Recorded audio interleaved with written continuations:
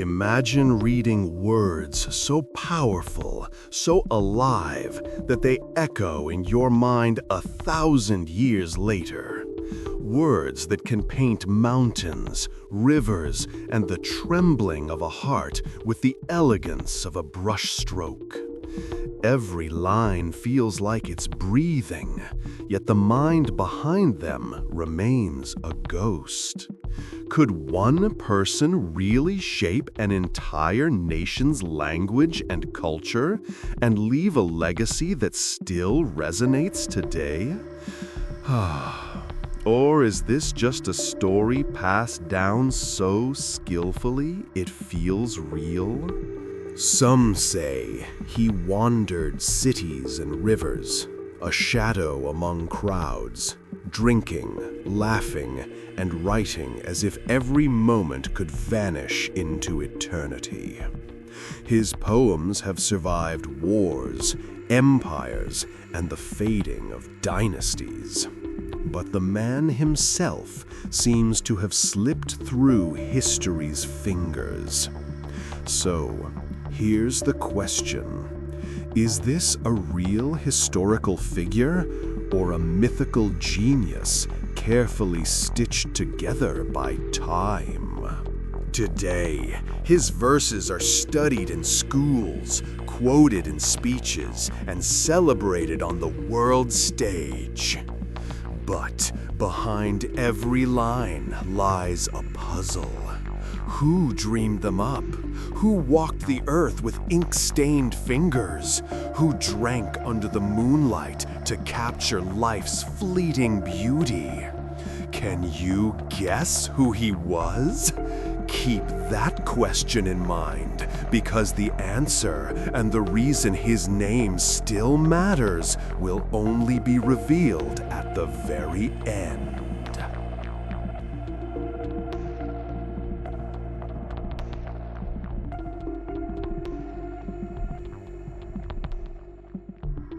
If you think poetry is just a gentle reflection of beauty, think again. The works left behind by this figure are anything but harmless. They challenge authority, mock the rigid hierarchies of his time, and flirt with ideas that were considered dangerous, even treasonous. Imagine someone, centuries ago, daring to write words that could stir rebellion, inspire intoxication, and glorify freedom in a world ruled by emperors and bureaucrats? And yet, here we are, reading those same lines and nodding along, almost too comfortably. Did he survive the scrutiny of his time by sheer luck? Or did he wield influence so subtle, so cunning, that history itself couldn't touch him? Some historians claim he was a wanderer, drifting from village to city, writing under the influence of wine, nature, and fleeting encounters. Others insist he had patrons, men of power who protected his life in exchange for his genius. But even that theory has its cracks. Look closer at the evidence. Scattered manuscripts, references in other poets' journals, fragments of letters long lost. They tell a story that is inconsistent, contradictory, and tantalizing. Some verses praise the emperor, others mock the very idea of authority. Was he a loyal subject or a subtle revolutionary hiding behind the guise of a carefree poet? The truth might be too dangerous to reveal, which could explain why so many details remain frustratingly incomplete. And then there's the myth-making. Over centuries, countless scholars, translators, and storytellers have polished his image into something untouchable, a genius untouched by human flaws. But what if that polished image is a lie? What if the real man, whoever he was, drank too much, loved too freely, and offended enough powerful people to nearly disappear from the records? Every time we read him, we're confronted not just with beauty, but with a question. Do we revere the man or the idea of him? Could the legend be stronger than reality itself? Consider his language, lush, unrestrained, yet precise. Some argue it defined the very rhythm of Chinese literature for centuries, influencing generations of poets, scholars, and politicians alike. Others say he broke the rules of tradition with reckless abandon, daring to experiment with style, tone, and imagery in ways that outraged purists. There is a tension here that can't be ignored. He is celebrated for shaping a culture, yet his rebellion against that same culture is palpable in every line. Could one man's imagination really hold that much power? Or are we witnessing a story carefully curated by centuries of admiration and selective memory? Ask yourself, if he had been born in today's world, would he be censored, canceled, or elevated to godlike status? And finally, the lingering questions that keep scholars awake at night. How much of his work is truly his? How many of the poems we revere were altered, added, or even created by admirers who wanted to cement his genius? Could it be that the poet we know is a mosaic, assembled from fragments of reality, myth, and human desire? Every manuscript we uncover, every translation we trust, is a step deeper into a labyrinth of possibility. One thing is clear: we are not just tracing a man's footsteps. We are chasing shadows cast by words, shadows that refuse to settle. So, as you ponder these clues, ask yourself, is this genius real? Or have we been seduced by a story carefully crafted across centuries?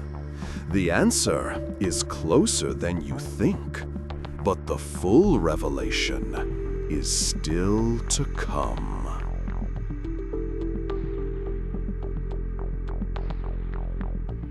What kind of life produces poetry that still shakes the human spirit 1,000 years later? Some say he was born into privilege, a gifted child surrounded by scholars and classics. Others argue he was nothing more than a drifter, an outsider, a self-taught wanderer with no claim to nobility. And here's where the controversy begins. The official histories contradict themselves. One chronicle paints him as a refined gentleman of the court, beloved by emperors. Another depicts him as a wild spirit, banished from politics, sleeping under the stars with a cup of wine as his only companion. Which version is true? Or do we deliberately cling to the contradictions because the mystery is more enticing than the man himself? The stories of his drinking are legendary.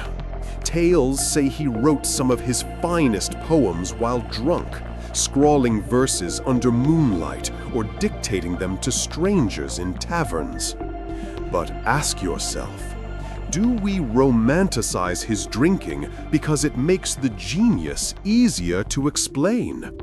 Isn't it easier to imagine inspiration flowing from a wine cup than to face the possibility that this man's mind was operating on a level most of us will never reach? There are whispers that his wild reputation was exaggerated on purpose, turning him into a caricature of freedom so later regimes could control the narrative. After all, what's safer for rulers, a rebellious thinker who challenges power, or a harmless drunkard who just happens to write pretty lines? His connection to politics is even more explosive. At times, he was invited into the highest circles of power, dining with generals and ministers. Yet, he never stayed long.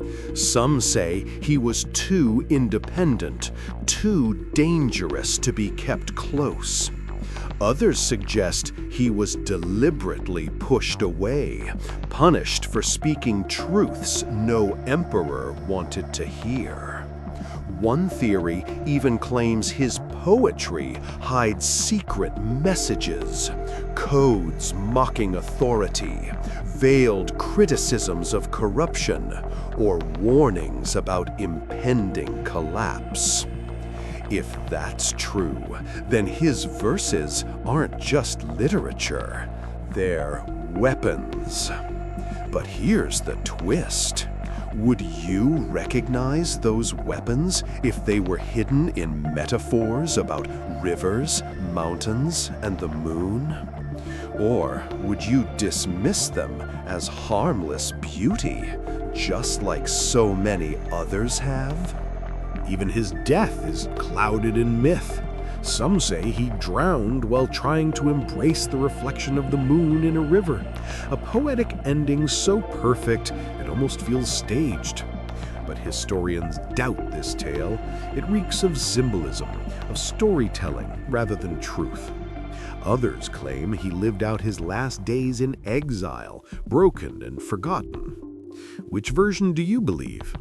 The glorious, romantic death that turns him into legend? Or the lonely demise that strips away the glamour and leaves only the uncomfortable reality of a man discarded by his world? Perhaps both are false, crafted by those who needed his story to serve a purpose. And maybe that's the point. History doesn't preserve people, it preserves the stories we want to tell about them. So what do we really know about this poet's life? Almost nothing with certainty. Was he a court insider or an outsider? A loyal subject or a rebel in disguise? A divine genius or a drunken myth? Every answer seems to dissolve into another question. And that's what makes him dangerous, even now. He refuses to be pinned down. He exists in a twilight space between fact and fiction, where the truth is always just out of reach. And maybe that's why his words endure, because the man behind them is forever elusive. So ask yourself, if the poet himself is a riddle, how much of his legacy can we ever trust? Or worse, are we celebrating a story that never truly existed?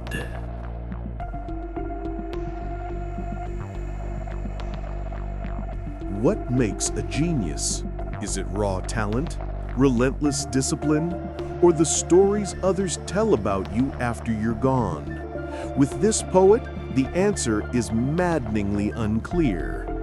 His verses are undeniably brilliant, yet the legends surrounding him almost overshadow the words themselves.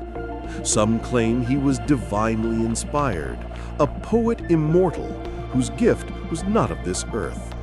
Others argue his so-called genius was manufactured, propped up by dynasties and cultural elites who needed a national figure to elevate language into an art form. And here lies the controversy. Are we celebrating the authentic voice of a man or a carefully constructed symbol of cultural pride? The uncomfortable truth is that nobody wants to admit genius might be a political invention. Think about the contradictions. On one hand, his poems glorify the simplicity of nature, the fleeting beauty of a moonlit night, the intoxicating escape of wine. On the other, they carry whispers of defiance, sly critiques of bureaucracy, and a tone that suggests disdain for the suffocating order of his world. Which is the real voice? Critics argue that his genius lies in this very ambiguity, that he could charm emperors while secretly undermining them. But skeptics push back. Maybe we're reading too much into metaphors, projecting rebellion where none existed. After all, don't we all want our heroes to be more dangerous, more radical than they really were? Isn't it possible that he was just a poet, not a prophet? And yet, the allure of rebellion lingers, tempting us to see daggers hidden in every line. Translations only complicate the matter. For centuries, Western audiences have devoured his work in English, French, German, and beyond. But every translation is an interpretation, a distortion. A single image of the moon could become romance in one version, loneliness in another, spiritual transcendence in yet another. Which one, if any, reflects what he truly meant? Or does the very idea of true meaning collapse under the weight of centuries? Some scholars argue that his genius is precisely in this fluidity, that his poetry was designed to resist being pinned down. But critics accuse us of inventing complexity where there is none, of turning him into a mystic sage when he might simply have been a man with a gift for rhythm and imagery. So, are we honoring his voice or rewriting it to suit our own desires? The myth of his immortality only deepens the debate. Later dynasties elevated him into near godlike status, placing him alongside philosophers, sages, and even warriors. His image was painted on scrolls, carved into temples, recited at imperial ceremonies. But here's the question: was this immortality earned or imposed? What if his elevation wasn't a recognition of personal genius, but a political strategy to unify identity through art? If so, then his name is less a testament to personal brilliance and more a tool, wielded by rulers to shape collective memory. Doesn't that make you wonder whether the genius we admire is real or a mask placed upon him for centuries of convenience? And yet, despite the contradictions, despite the possible manipulations, his words refuse to die. They persist through revolutions, through foreign invasions, through shifting ideologies that would have erased lesser voices. Why? Maybe because the myth itself is too powerful to be undone.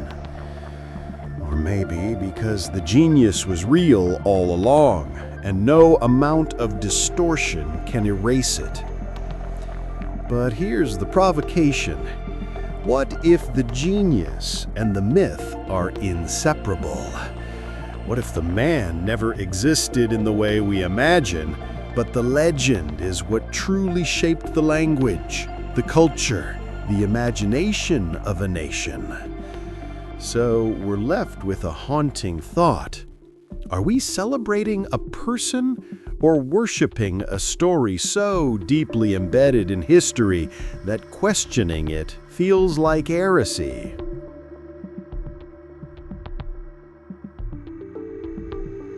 Let's ask the most uncomfortable question of all.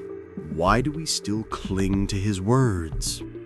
1,000 years have passed, dynasties have risen and crumbled, revolutions have burned away traditions, and yet his verses still stand. School children recite them, scholars dissect them, governments quote them for legitimacy, and even global audiences outside his homeland treat his lines as timeless wisdom. But is this survival proof of his genius, or proof of how thoroughly a culture can enforce memory?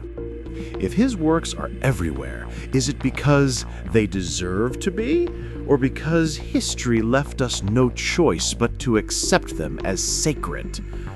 What if this immortality is less about brilliance and more about propaganda that we've swallowed without question? Think about how art usually works.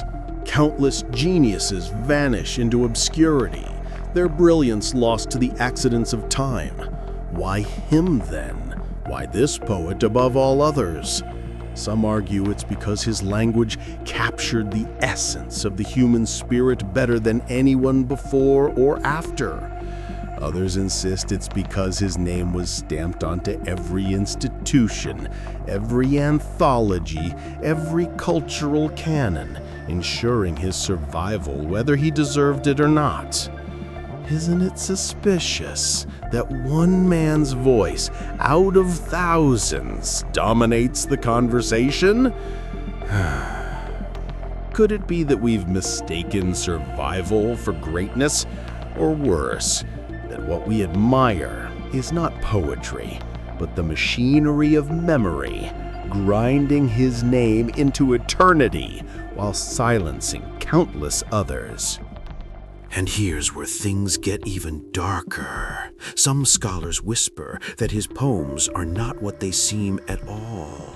That over the centuries, editors, copyists, and state officials altered, censored, or outright fabricated verses in his name. If that's true, how much of what we celebrate actually came from his hand?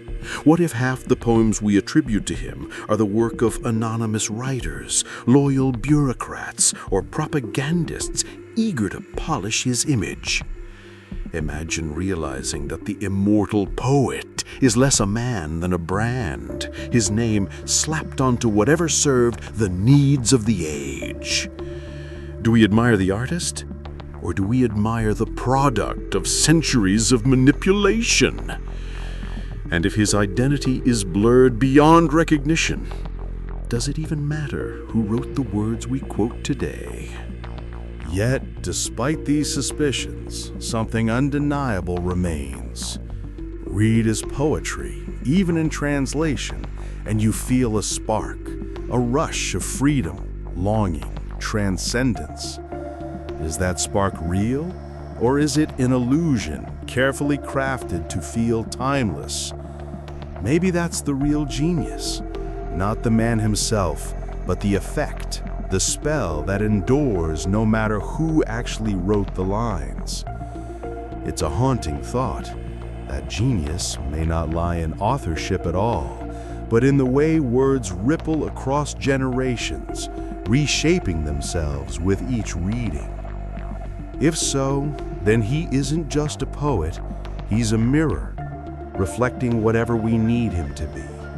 Rebel, sage, drunk, prophet, or fraud. Which reflection do you choose to believe? And so we arrive at the paradox that refuses to die. His voice is both everywhere and nowhere. He is the most celebrated poet of a civilization, yet the details of his life remain uncertain. He is revered as a symbol of freedom and creativity, yet possibly engineered into a myth to serve power. His legacy proves that words can outlast empires, yet it also warns us that survival does not equal truth. So, here is the cliffhanger. If his words are eternal, does it matter if the man himself was real, exaggerated, or even partly fictional?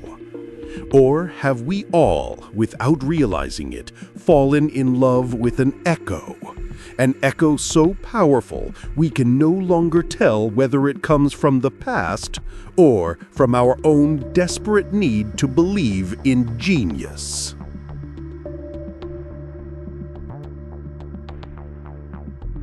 So here it is, the name behind the shadow, the figure we've been circling all along. His words shaped the very rhythm of a nation's language. His verses carved into the memory of generations. His image forever tied to freedom, wine, and moonlight. His name, Li Bai. Or at least, that's the name history gives us. The man hailed as the immortal poet, whose legacy still burns in classrooms, in political speeches, and in translations across the globe. But here's the twist. After everything we've uncovered, can you truly say Li Bai was one man? Or is Li Bai just a mask, a convenient name stamped on centuries of scattered voices, edited and polished until he became larger than life? Think about what this means. If Li Bai was real, then we are reading the raw voice of one of history's most fearless rebels, a man who dared to laugh at emperors and toast the moon with verses that still ignite souls today. But if Li Bai was a myth, then we are not celebrating a man, we are celebrating the greatest literary illusion of all time. Either way, his words endure, and they force us to confront an uncomfortable truth. Does authenticity even matter if the art still moves us?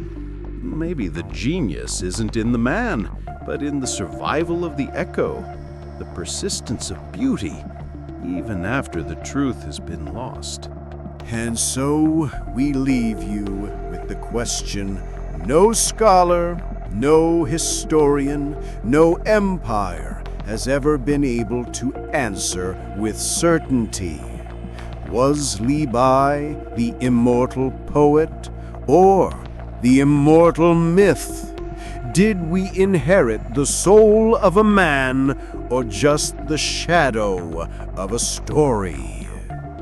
The answer will never be given because it depends on what you choose to believe. But one thing is certain, this debate belongs not just to scholars, but to you. So tell me, was Li Bai real, or was he a legend we built to comfort ourselves?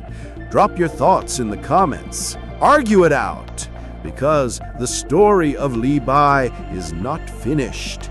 It never will be. And maybe that's exactly why his echo still haunts us today.